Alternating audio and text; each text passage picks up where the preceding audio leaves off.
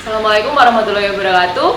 Perkenalkan, nama saya Hendra Stianingrum, mahasiswa PPG dalam jabatan kategori 2 Universitas Negeri Malang, jurusan Bisnis Daring dan Pemasaran. Hari ini saya akan melaksanakan rencana aksi saya yang kedua, yaitu menerapkan dokumen usaha pada mata pelajaran Produk Kreatif dan Kewirausahaan. Selamat menyaksikan dan terima kasih. Assalamualaikum warahmatullahi wabarakatuh. Waalaikumsalam warahmatullahi wabarakatuh. Selamat siang anak-anak. Selamat siang, Bu. Bagaimana kabarnya hari ini? Alhamdulillah baik. Alhamdulillah hari ini sehat semua. Alhamdulillah. Kesehatan patut kita syukuri karena dengan diberikan kesehatan hari ini kalian bisa bersama-sama bisa berangkat ke sekolah untuk mengikuti mata pelajaran Produk Kreatif dan Kewirausahaan. Nah, sebelum kita mulai pembelajaran pada siang hari ini, saya minta salah satu perwakilan dari kalian untuk memimpin doa. Silakan Septa, memimpin berdoa. Persiapan doamu.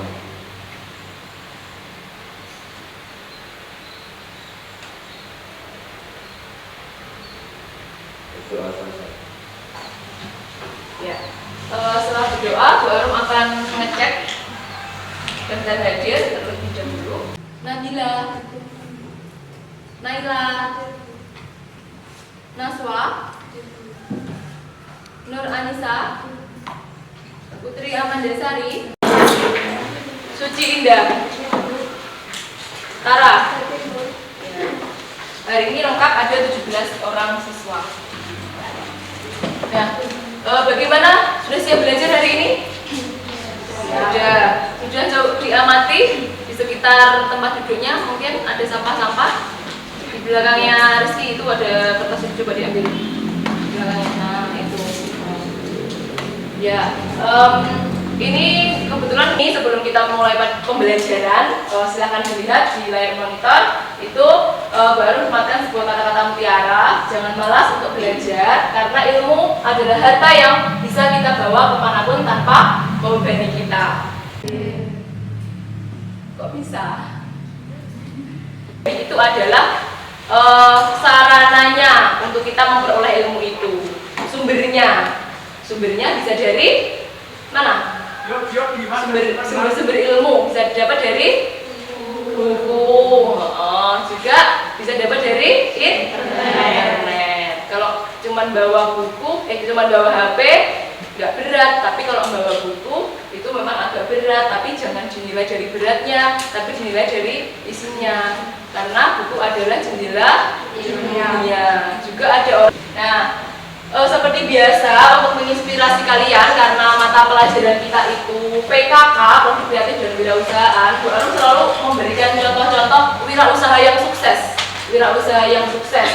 Kemarin kita sudah Bu Arum sudah kasih contohkan ya sama Ferry Unardi, foundernya Traveloka, yang telah sukses membuat aplikasi untuk pemesanan tiket. Nah, hari ini Bu Arum mengangkat kisah sukses dari Khairul Tanjung.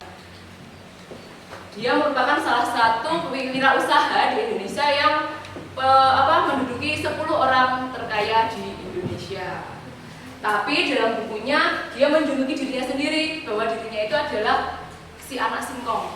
Ya, harap nanti kalian bisa belajar dari kisahnya Khairul Tanjung si anak singkong ini ya, karena sebuah kesuksesan itu tidak hanya diawali dari seseorang yang mempunyai privilege atau keistimewaan, biasanya dari keturunan orang kaya atau enggak mesti gitu ya. Tapi tinggal bagaimana ketelatenan dan keuletan kita untuk mencapai apa yang kita inginkan. Seperti itu ya. Semangat ya untuk menjadi wirausaha yang sukses. Ya, sebelum kita masuk ke pembelajaran, coba diingat-ingat pertemuan minggu lalu kita sudah belajar tentang apa anak-anak? Analisis SWOT. Ada yang tahu apa itu analisis SWOT? Ya, silakan. Analisis SWOT merupakan analisis yang dilakukan untuk melihat bahwa misalnya dari segi kekuatan, kelemahan, peluang, dan ancaman. Ya, benar sekali ya. Analisis SWOT itu terdiri dari 4 ya. Ada strength, weakness, opportunity, dan threat. Di mana keempat analisis itu digunakan untuk melihat kekuatan, terus kelemahan, peluang terakhir ancaman sebuah usaha. Tetapi seorang pengusaha itu, wirausaha itu selain melakukan analisis SWOT, menganalisis peluang usaha, dia juga harus melakukan yang namanya pencatatan atau yang disebut dengan administrasi. Nah, administrasi itu bisa tentang pencatatan, bisa tentang perizinan, ya, bisa tentang administrasi keuangan. Ya, itulah pentingnya administrasi dalam sebuah usaha. Jadi kita memang perlu melakukan pencatatan administrasi untuk usaha kita ke depannya, seperti itu. Ya, itulah yang akan kita bahas pada pertemuan hari ini, yaitu tentang administrasi dokumen usaha. Apa saja yang harus disiapkan. Tujuan pembelajaran pada hari ini yang pertama yaitu peserta didik mampu mengklasifikasikan macam-macam administrasi usaha dengan cermat dan teliti. Yang kedua, peserta didik mampu mengidentifikasi susunan dan komponen administrasi usaha dengan cermat dan teliti. Terus yang ketiga, peserta didik mampu menjelaskan fungsi dokumen usaha secara komunikatif. Nah, karena dokumen itu banyak, untuk hari ini yang kita pelajari itu adalah tentang kegiatan surat menyurat dalam bisnis. Administrasi usaha. Administrasi usaha yang baik, usaha yang baik itu seperti yang Bu Arum katakan tadi harus juga didukung sistem administrasi yang baik pula. Jadi kegiatan yang bisa dilakukan yang pertama ada pencatatan, ada surat menyurat, ada pembukuan, terus perizinan, dan juga yang terakhir itu diarsipkan. Diarsipkan berarti disimpan. Diarsipkan itu disimpan. Bentuknya seperti apa? Bentuknya ya bisa laporan, bisa surat dalam kegiatan bisnis, bisa juga pembukuan dalam administrasi keuangan. Itu sampai di sini ada yang ditanyakan? Kan sekarang teknologinya kan sudah meningkat. Ya. Apakah penggunaan surat itu masih digunakan? Oh ya, betul sekali ya. Menarik sekali pertanyaan yang disampaikan oleh Nur Anissa. Yang kita ketahui ya sekarang itu kan memang teknologi itu sudah meningkat pesat ya, meningkat pesat, yang bisa merubah sesuatu hal. Contohnya yaitu kegiatan surat menyurat. Kalau zaman dahulu sebelum ada internet, itu kan biasanya kirim surat lewat apa, Cah? Lewat kantor pos. Dan saiki kan sudah bisa menggunakan surat elektronik, bisa menggunakan email, bisa menggunakan mungkin media sosial WhatsApp. Tetapi tetap surat menyurat dalam kegiatan bisnis maupun dalam kegiatan di perkantoran kalau sifatnya urgent itu masih dilakukan. Tapi nggak seintens zaman dahulu memang. Jadi hanya surat penting yang perlu dikirim yaitu tetap dikirim. Nah, untuk jenis-jenis surat bisnis ya inilah yang akan kita pelajari ya. Nanti ada surat perkenalan, ada surat maksudnya perkenalan itu berkenalan antar personal aja ya itu, tapi berkenalan antar perusahaan. Maksudnya perusahaan yang mencoba untuk mengenalkan produknya kepada rekan bisnis itu disebut dengan surat perkenalan. Juga ada surat penawaran, surat permintaan penawaran, ada surat pesanan, ada surat pengantar barang, surat klaim, dan surat tagihan. Nah, agar kalian mungkin lebih memahami bagaimana sih surat-surat dalam kegiatan bisnis itu, maka kalian bersama dengan kelompoknya, karena ini sudah berdasarkan kelompoknya, Bu Arum beri tugas untuk menganalisis komponen surat, komponen isi surat, dan fungsinya. Ini Bu Arum bagikan KPG-nya dulu ya. Untuk kelompok 1, kelompok 2, dan kelompok 3. Nah, coba dibuka dulu LKPD-nya. Ayo kelompok 1 itu menganalisis atau ini Bu Arum kasih contoh suratnya ya. Bu Arum kasih contoh suratnya. Silahkan diidentifikasi dalam surat ini isinya apa saja dan fungsinya untuk apa. Ya. Untuk kelompok 2 apa?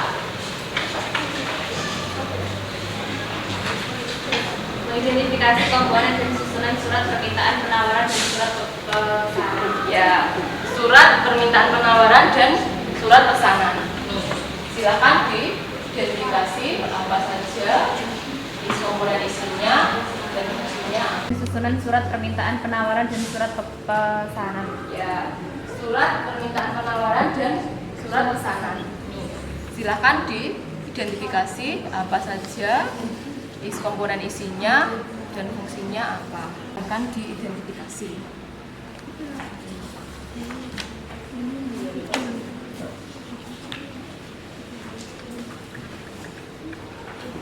Bisa dilihat di modul, juga bisa browsing melalui internet ya anak-anak. Silakan. Isinya tentang apa?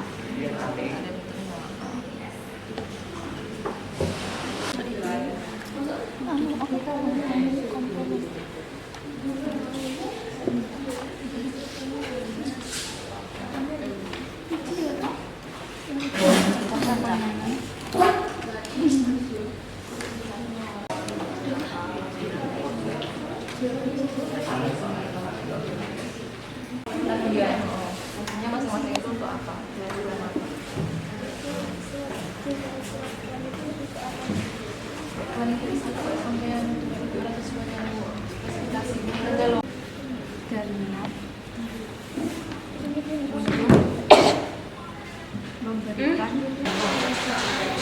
Baik anak-anak, karena waktunya sudah, kalian tadi sudah diskusi selama 30 menit dan sekarang waktunya untuk kalian menyajikan hasil diskusinya. Untuk penampilan yang pertama dari kelompok 1, silakan masuk ke kelompok 1.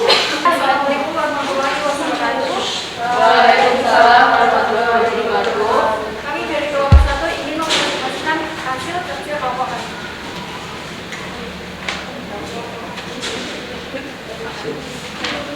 Surat perkenalan 1. Disilang dan semua komponen isi pada surat perkenalan. A. Hal perkenalan. B. Alinea pembuka, memperkenalkan nama perusahaan dan kegiatannya. B. C. Alinea Yang keras suaranya serta. mengenalkan produk atau jasa. Cantumkan nama, jenis, ukuran, barang serta kelebihannya. D. Alinea penutup, menyampaikan ucapan terima kasih dan harapan memesan dan niat untuk memberikan pelayanan yang baik. Kelompok 2. C. Yang keras suaranya serta. Mengenalkan produk atau jasa. Cantumkan nama, jenis, ukuran. Saya izin bertanya, saya dari kelompok 2 bertanya, apa tujuan dari surat perkenalan? Tujuan dari surat perkenalan. Tujuan dari surat perkenalan yaitu memperkenalkan produk atau barang yang dijual suatu perusahaan kepada pihak lain. Ya, jadi Kami dari kelompok 3 mau bertanya, setelah tujuannya, fungsi dari surat tersebut apa? Untuk fungsi surat perkenalan umumnya mencakup informasi seputar keunggulan, harga, dan promo produk. keunggulan, promo, harga dan promo produk. Sekian dari presentasi dari kelompok kami. Wassalamualaikum warahmatullahi wabarakatuh. Kebetulan untuk kelompok 1. Assalamualaikum warahmatullahi wabarakatuh. Waalaikumsalam warahmatullahi wabarakatuh. Kami dari kelompok 2 ingin mengidentifikasikan komponen dan susunan surat permintaan penawaran dan surat pesanan. Surat permintaan penawaran 1. Hal penawaran. 2. Alinea pembuka, berisi jawaban dari surat permintaan penawaran yang telah diterima. Jangan lupa menyebut nomor dan tanggal suratnya. Selain itu, bisa pula berisi usaha coba-coba menawarkan suatu produk yang menginformasikan keunggulan akan produk baru yang dikeluarkan dan berbeda dengan produk yang telah ada. 3. Alinea isi atau buku. Bagian ini bisa terdiri atas beberapa alinea, tergantung dari informasi yang akan disampaikan. Biasanya isi informasi adalah menyebutkan nama barang, harga satuan, kualitas, dan cara pembayaran. Surat permintaan penawaran. 1. Hal penawaran. 2. Alina pembuka. Berisi jawaban dari surat permintaan penawaran yang telah diterima. Jangan lupa menyebut nomor dan tanggal suratnya. Selain itu, bisa pula berisi usaha coba-coba menawarkan suatu produk yang menginformasikan keunggulan akan produk baru yang dikeluarkan dan berbeda dengan produk yang telah ada. Sekian dari presentasi kami. Apakah ada pertanyaan?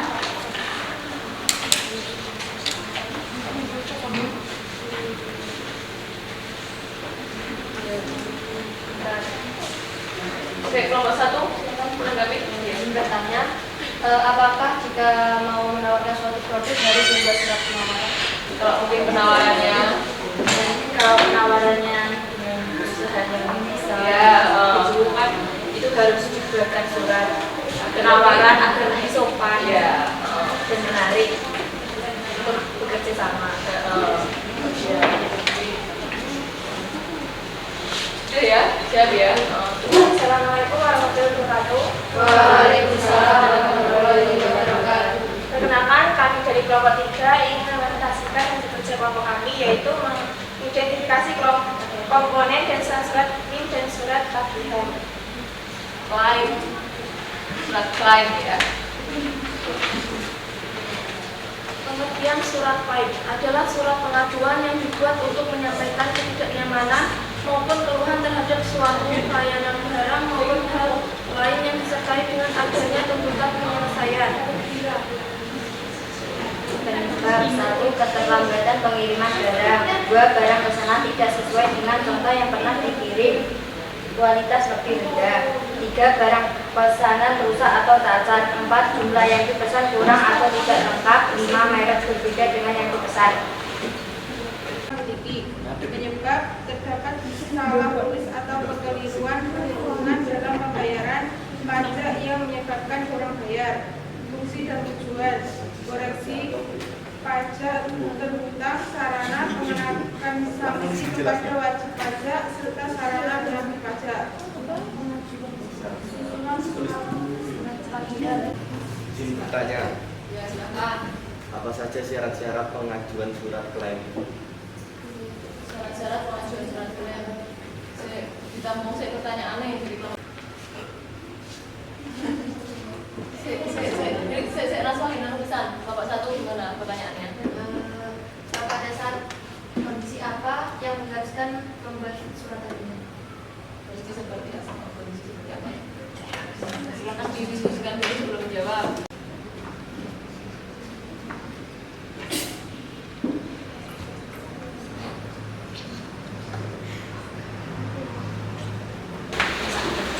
Izin menjawab pertanyaan kelompok 2. Mengajukan klaim harus dilakukan secara hati-hati sehingga tidak terjadi salah paham. Oleh karena itu, seharusnya diselidiki lebih dahulu dan data-data pendukung harus dipersiapkan. Selengkapnya, tidak hanya bersifat emosional saja. Kelompok 1. Izin menjawab pertanyaan kelompok 1. 1. Dalam kondisi kekurangan barang atau kecacatan barang. 2. Barang tidak sesuai dengan apa yang diinginkan. 3. Merek berbeda sama yang dipesan.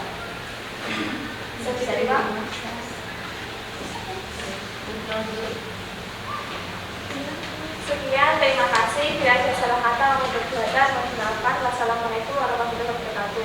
Waalaikumsalam warahmatullahi wabarakatuh. Berikan tepuk kelompok 3. Jadi hari ini kita sudah mempelajari komponen isi dari surat dalam kegiatan bisnis. Ya, dari yang sudah kalian kerjakan tadi nanti bisa ditukar dengan LKPD kelompok 2 dan ditukar, jadi nanti bisa dirangkum ya. Yang belum bisa ditukar dulu dari kelompok ini, tukar dari kelompok sana, saling menukar sementara wes ya. Nanti itu silahkan dirangkum hasil dari kelompok 2 ya, dan kelompok 2 juga silakan merangkum hasil dari kelompok 1 biar bisa saling melengkapi. Nanti kalau sudah bisa dilanjutkan ke kelompok 3. Dari pembelajaran ini yang sudah kita lakukan hari ini, mungkin ada yang bisa menyimpulkan, yang memberikan kesimpulan. Ya, silakan Aswa. Jadi kesimpulan dari pembelajaran hari ini adalah tentang dokumen administrasi usaha yang mengidentifikasi komponen isi. Salah satunya yaitu surat-surat dan kegiatan bisnis seperti surat perkenalan, surat penawaran, surat pesanan, surat pengantar barang, dan surat poin. Ya, terima kasih Naswa telah menyimpulkan pembelajaran hari ini. Jadi hari ini kita telah mengidentifikasi surat-surat dalam kegiatan bisnis. Nah, untuk mengukur kemampuan kalian, untuk mengevaluasi kemampuan kalian dalam materi hari ini, silakan dibuka HP-nya, dibuka Google Classroom-nya, dan silakan dikerjakan soal evaluasinya. Bu Arum sudah mengirimkan di Google Classroom-nya, silakan dikerjakan.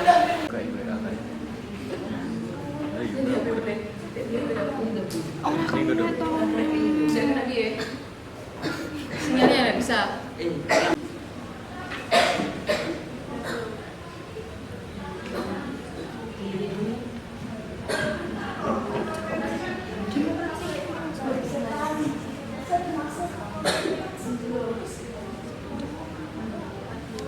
Sekalian dikerjakan yang jurnal refleksinya, ya, jurnal refleksi tentang pembelajaran yang Bu Arum lakukan pada hari ini.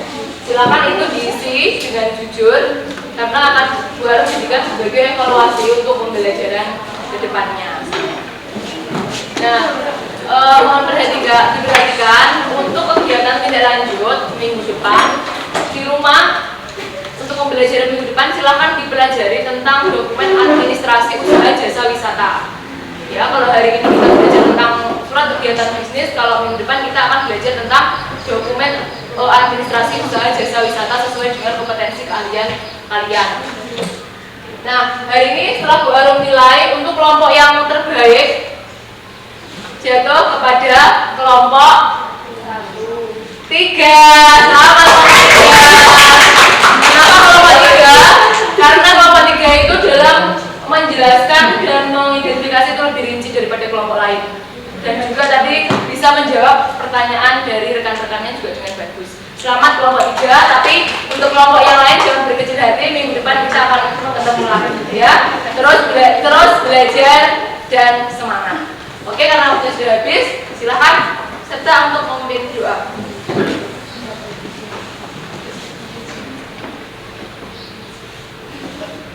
Mengakhiri pembelajaran, doa dimulai.